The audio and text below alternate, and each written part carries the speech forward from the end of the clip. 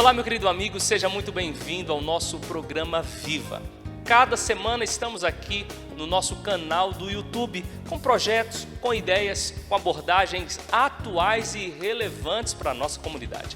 Temos recebido aqui pessoas que têm trazido ideias, têm abordado temas altamente relevantes para você, para a nossa comunidade e, claro, para a nossa família. Esta semana não será diferente. Estamos recebendo aqui a doutora Bruna Facioli, promotora de justiça aqui da nossa cidade de Nanuque. Por isso, doutora Bruna, eu já lhe dou as boas-vindas, seja muito bem-vinda à nossa igreja, ao nosso canal e a esse programa que visa alcançar as pessoas. Dê as suas boas-vindas para os nossos amigos internautas que estão nos assistindo. Boa tarde, bom dia, boa noite, depende do horário. É uma honra estar aqui para poder falar um pouco do Ministério Público, do nosso trabalho, né?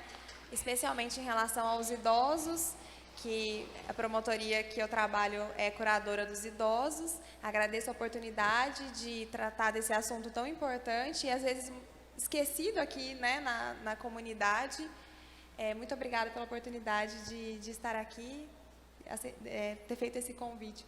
A gente que agradece, doutora Bruna, e eu já faço uma pergunta que a gente faz para todos os nossos amigos e que aceitam ser entrevistados aqui, que é sobre a área de atuação. Eu disse aqui que a senhora é promotora de justiça, mas todos nós sabemos que a área esta área que a senhora atua é uma área bem extensa. Então eu gostaria de saber qual especificamente é a área de atuação da senhora aqui na nossa comunidade.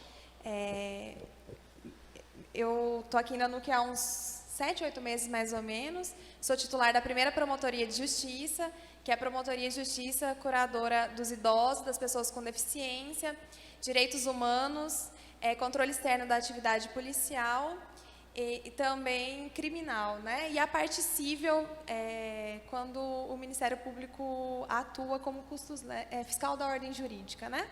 Nós temos 3 promotorias aqui, são 3 promotoras, doutora Maria e doutora Mariana.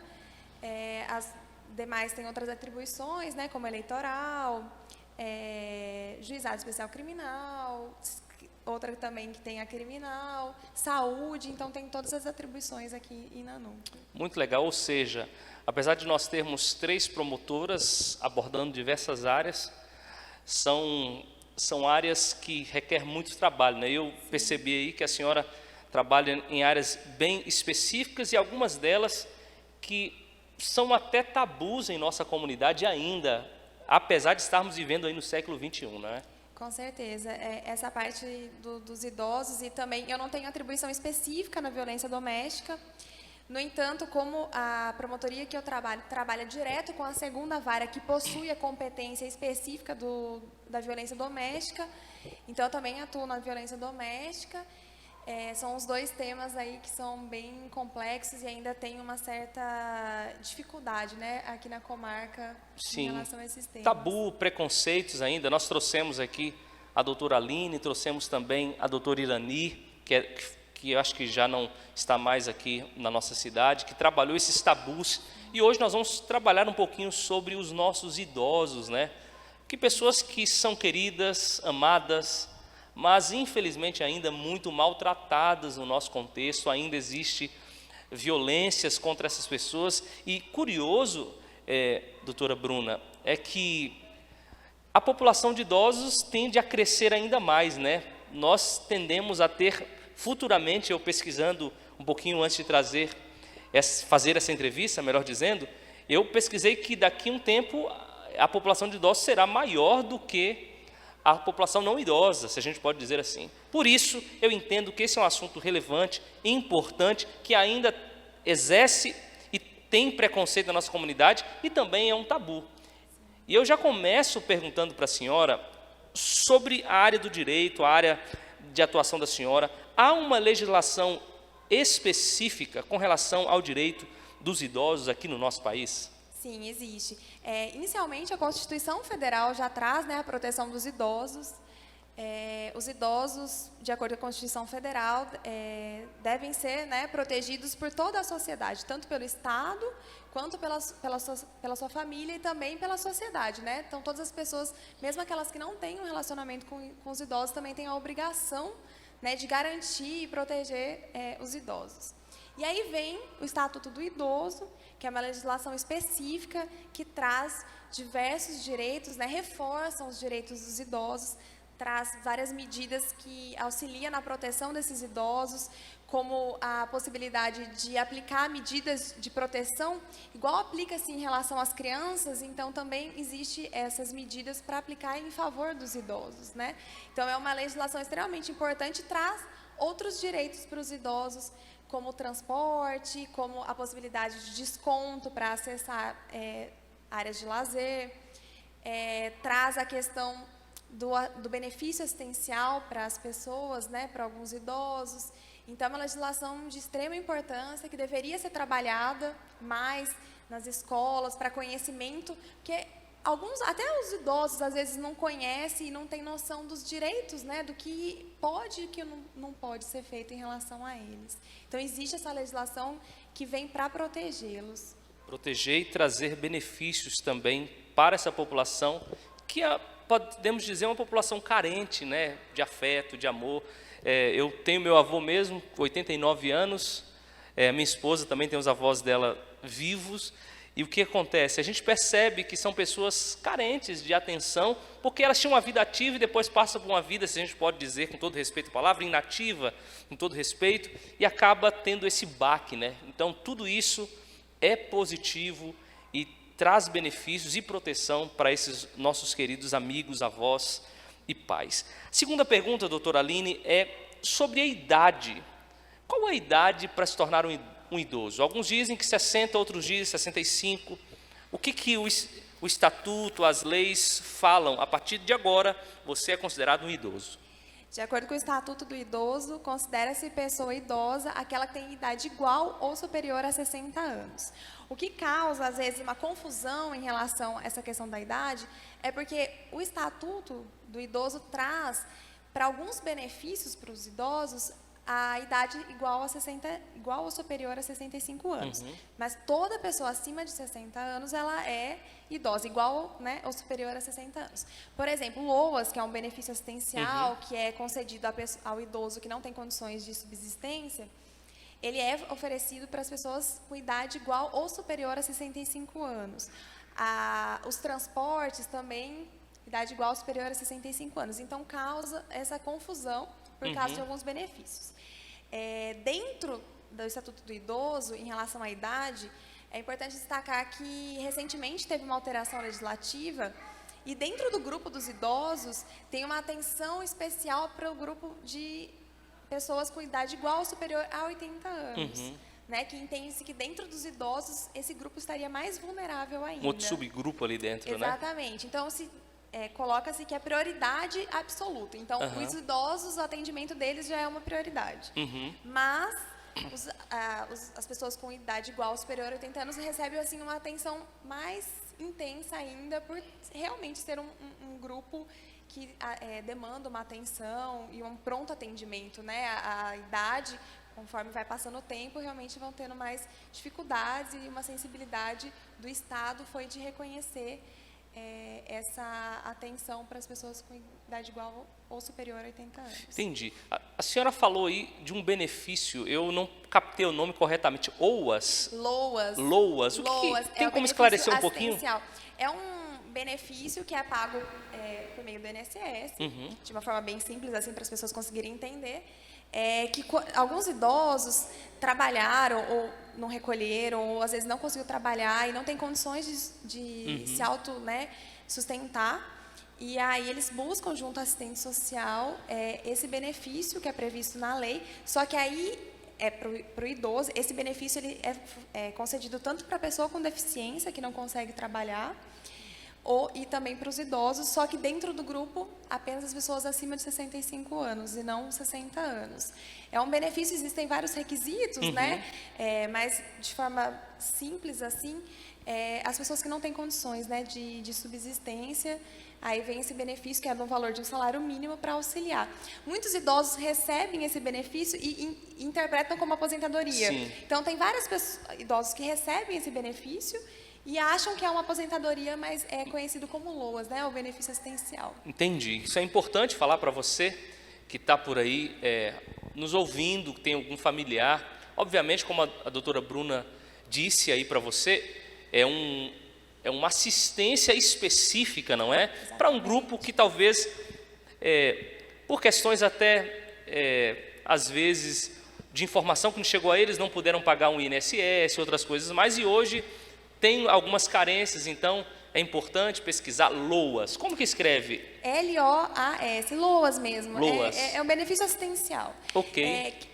O pessoal da Secretaria da Assistência Social geralmente identifica os idosos. Então, assim, não há assim, muitos idosos que não recebam esse benefício que precisa, porque geralmente a questão de vulnerabilidade é identificada pela assistente social do município e ela mesma auxilia Já da faz a entrada. entrada. Então, isso é todo um trabalho da assistente social, então é muito difícil identificar um idoso que não receba esse benefício quando necessário, porque ele já está numa situação de vulnerabilidade, então são famílias que já são acompanhadas pela assistente social do município. Então, tem um índice bom assim de benefícios aqui na comarca, e a assistente social ela faz esse trabalho tanto nos idosos quanto nas pessoas com deficiência também. Muito legal, muito bacana. Vamos seguindo, eu parei um pouquinho, porque eu achei que essa informação é importante para os nossos amigos, mas vamos lá, doutora Bruna, quais os tipos de agressões, ou melhor, quais as agressões mais comuns e, às vezes, mais repetitivas aqui na nossa comarca, e como que elas podem ser punidas caso possa dar entrada nos processos e as pessoas possam fazer as denúncias da forma correta? As agressões mais comuns são as agressões físicas, psicológicas e também as patrimoniais. A agressão psicológica são as humilhações que são feitas com os idosos de forma muito intensa. O idoso ele sofre com isso, então a família humilha, ofende, xinga, que acaba diminuindo a autoestima do idoso, ele se sente muito machucado com isso, então é uma violência. A agressão física, ela também, infelizmente, é uma realidade aqui na comarca, principalmente nos idosos que estão numa situação de debilidade, né? Física, depende de outra pessoa. Então, eu não consigo, assim, não consigo identificar muitos casos de pessoas, dos idosos mais ativos com esse tipo de agressão física. Mas são os mais vulneráveis mesmo. Exatamente, mas os vulneráveis, as pessoas que dependem dos familiares para as atividades básicas, sofrem uma intensa agressão física, e a principal, e eu acho que a maioria dos casos aqui de Nanuque, é a agressão patrimonial. Que as pessoas se apropriam dos benefícios dos idosos, porque quase todos os idosos têm seu benefício, né, seja por aposentadoria, pensão por morte e até o LOAS. E aí eles se apropriam do cartão do idoso, fazem empréstimos no nome do idoso, então a família acaba só procurando o idoso para fins de se apropriar do dinheiro dele mesmo. Então, com certeza, essa é a violência assim, que mais é presente em relação aos idosos, tanto por membros da família, quanto por pessoas fora da família, essa questão patrimonial. E o Estatuto do Idoso, como ele identifica essa agressão, ele traz punições, traz crimes específicos quando são cometidos em face dos idosos. Então, são 14 crimes tipificados lá no Estatuto. Como exemplo, a humilhação feita para o idoso, essa dificuldade dele conseguir qualquer documento para fins de cidadania, essa discriminação que tenha para o idoso, para conseguir qualquer documento necessário ao exercício da sua cidadania, ele é um crime, que ele é punido com prisão. Há também a humilhação, é um crime também, a apropriação do cartão, dos rendimentos, forçar o idoso a fazer uma procuração, que aí as pessoas se utilizam dessa procuração para movimentar, fazer empréstimo, é crime também. Então, identificando essa questão dos idosos, o próprio legislador ele traz, né, esses crimes específicos em relação aos idosos. E é curioso, obviamente, é curioso, mas é comum, né? Eu já, alguns meses atrás, eu enfrentei uma situação de alguém que entrou numa casa, até demos sequência a esse processo, porque a senhora me procurou, alguém que entrou na casa, pegou o cartão e começou a fazer compras aqui dentro da cidade, no nome daquela senhora que nem era familiar.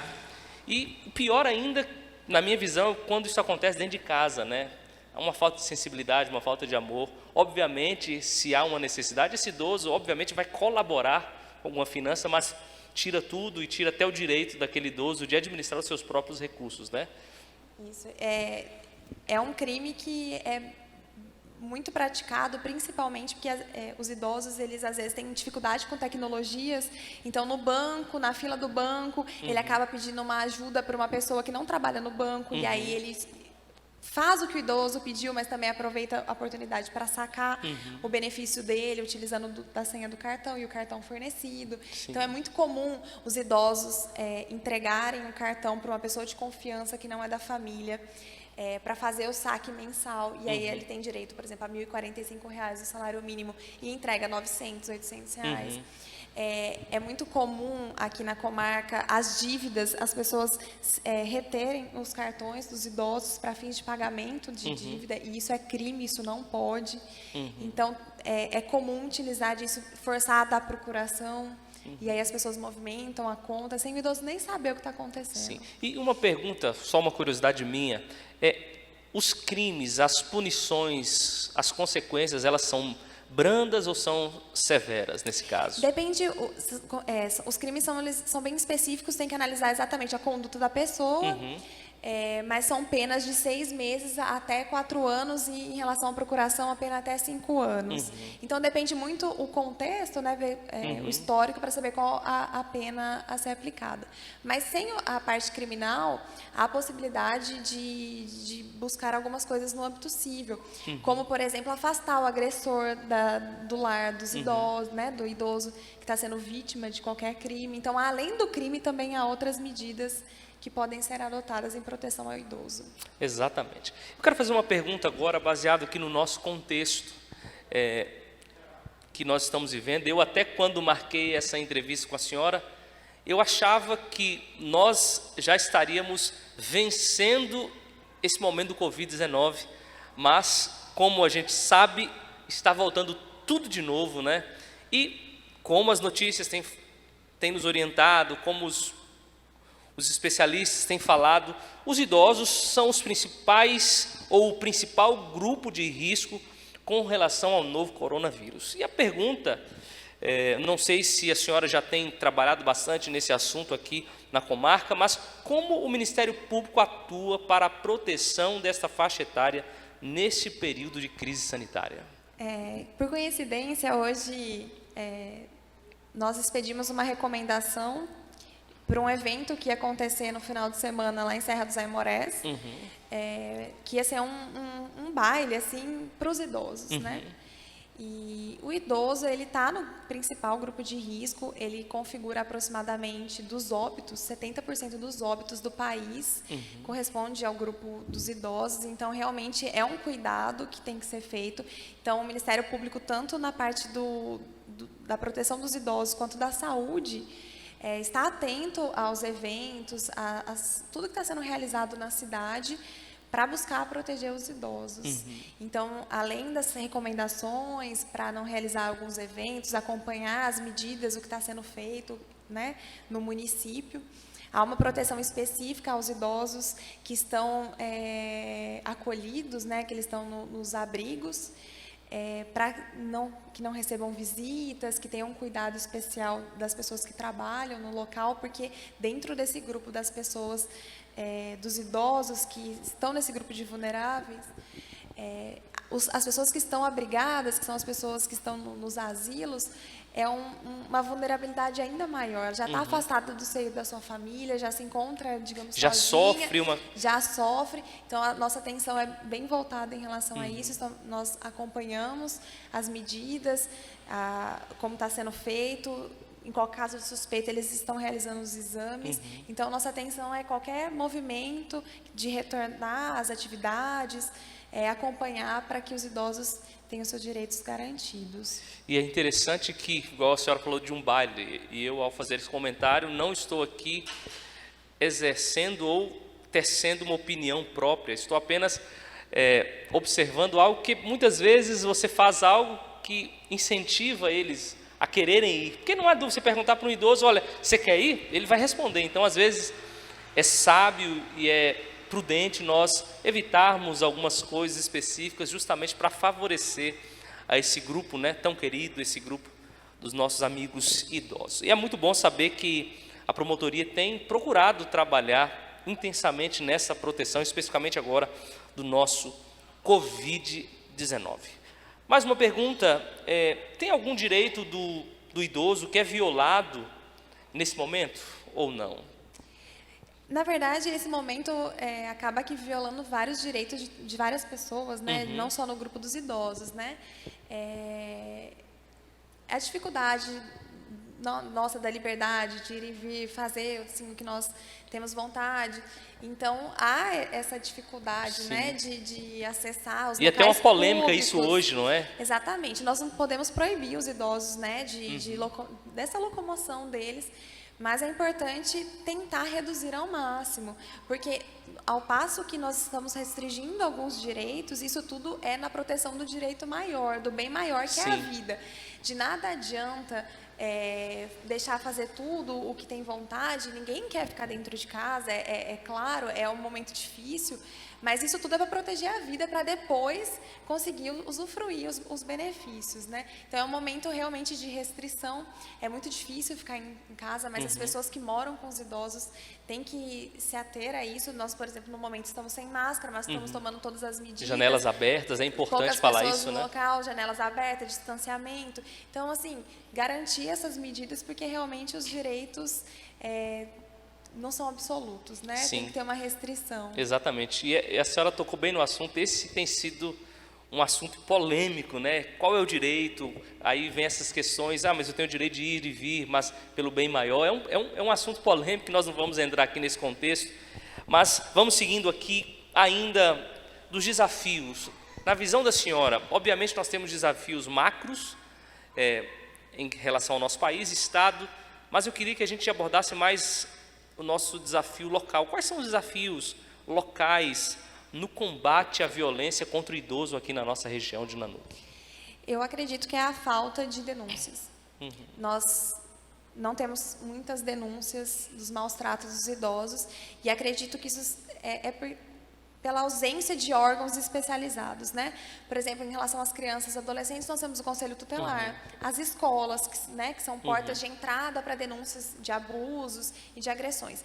Na parte dos idosos, nós não temos esse tipo de órgão, né, especializado, contamos com a obrigação dos órgãos públicos em realizar as denúncias e também a população que tem essa obrigatoriedade, né? O Estatuto da Pessoa, do Idoso traz que é a obrigação da sociedade, da família, fazer as denúncias. Mas isso é muito difícil de chegar, principalmente porque as pessoas acham que o idoso está querendo aquilo. O idoso, ele tem muita dificuldade em expressar a violência que ele está sentindo, o que está acontecendo, porque ele tem uma tendência a proteger os seus descendentes, ele tem medo de ficar mais sozinho ainda, então às vezes ele tem um filho que faz todas as agressões, ele tem medo que, embora ele faça agressão nos momentos que ele esteja embriagado, sob o uso de drogas, em algum momento ele dá o mínimo de atenção e aí o idoso entende que isso é suficiente. Então, às vezes as pessoas não querem fazer a denúncia porque o próprio idoso não quer fazer a denúncia. Mas é importante a conscientização em relação à necessidade de fazer essas denúncias. São pouquíssimas as denúncias que chegam no Ministério Público e na polícia. Então, é importante realizar mais denúncias, contar o que está acontecendo, não deixar esses idosos serem vítimas. Principalmente esse momento da pandemia, essa violência patrimonial que o idoso está sofrendo, ela se intensifica porque muitas pessoas perderam empregos, está num momento um pouco mais complicado e acaba utilizando de forma absoluta do benefício do idoso e deixando ele, às vezes, passar necessidades. Isso, eu imagino que talvez ao observarmos mais situações, né, e me explico melhor o que eu quero dizer, muitas vezes alguém de fora pode ajudar nesse processo de denúncia. Um filho que está vendo um pai, um vizinho, né, que vê talvez gritos, outras coisas mais, porque essas ações, querendo ou não, elas são perceptíveis no nosso redor ali. A gente percebe quando um filho está aproveitando de um pai, quando um filho está agredindo o pai fisicamente, psicologicamente, isso é perceptível.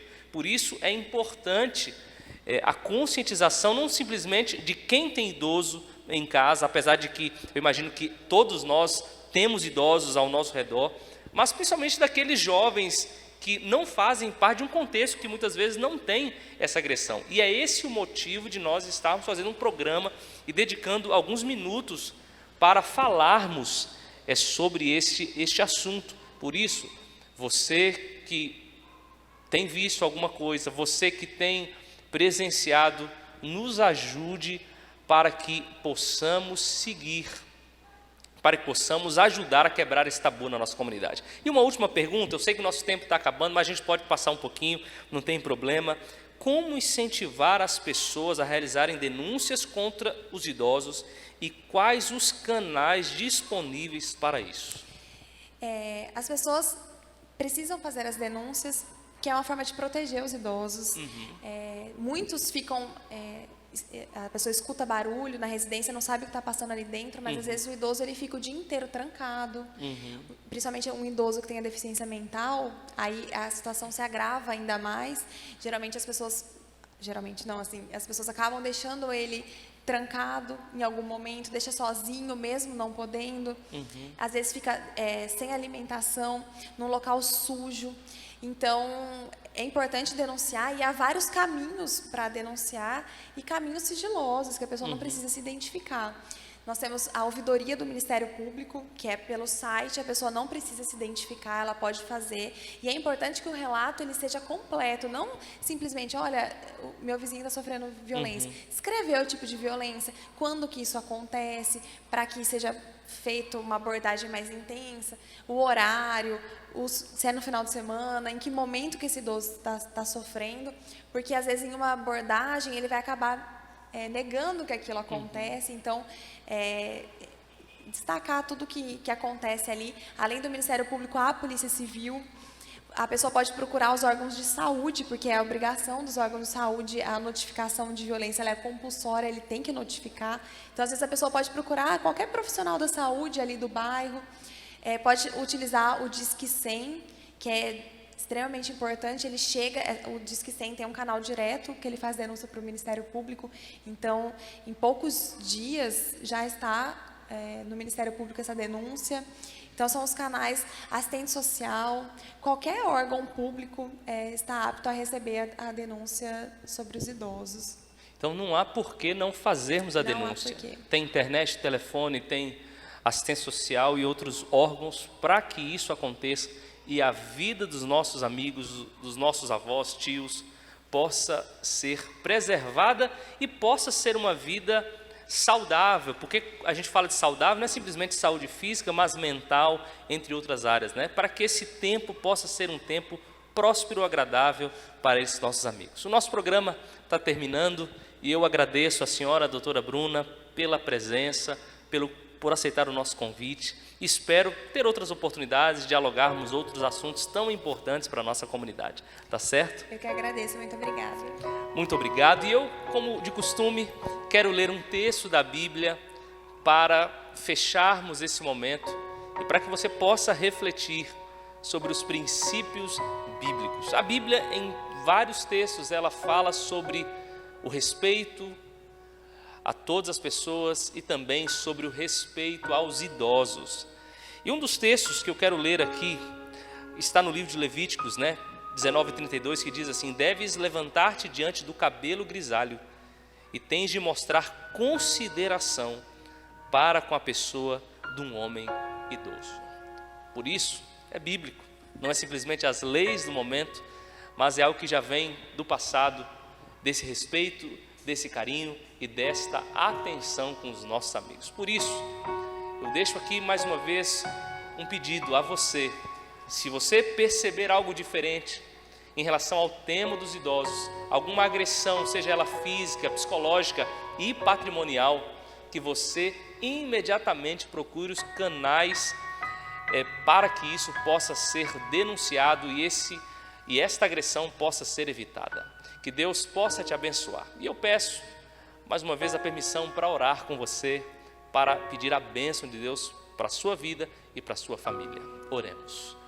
Querido Deus, Pai Santo que estás nos céus, agradecemos a Ti pela vida da doutora Bruna, pelo conhecimento que ela nos trouxe. Foi um conhecimento breve, mas importante para a conscientização da nossa comunidade. Abençoe a ela, abençoe a cada um de nós e abençoe aqueles que estão nos assistindo. Nós oramos no nome de Jesus. Amém. Que Deus te abençoe. Um grande abraço. Pegue o link e compartilhe com seus amigos. Boa noite a todos.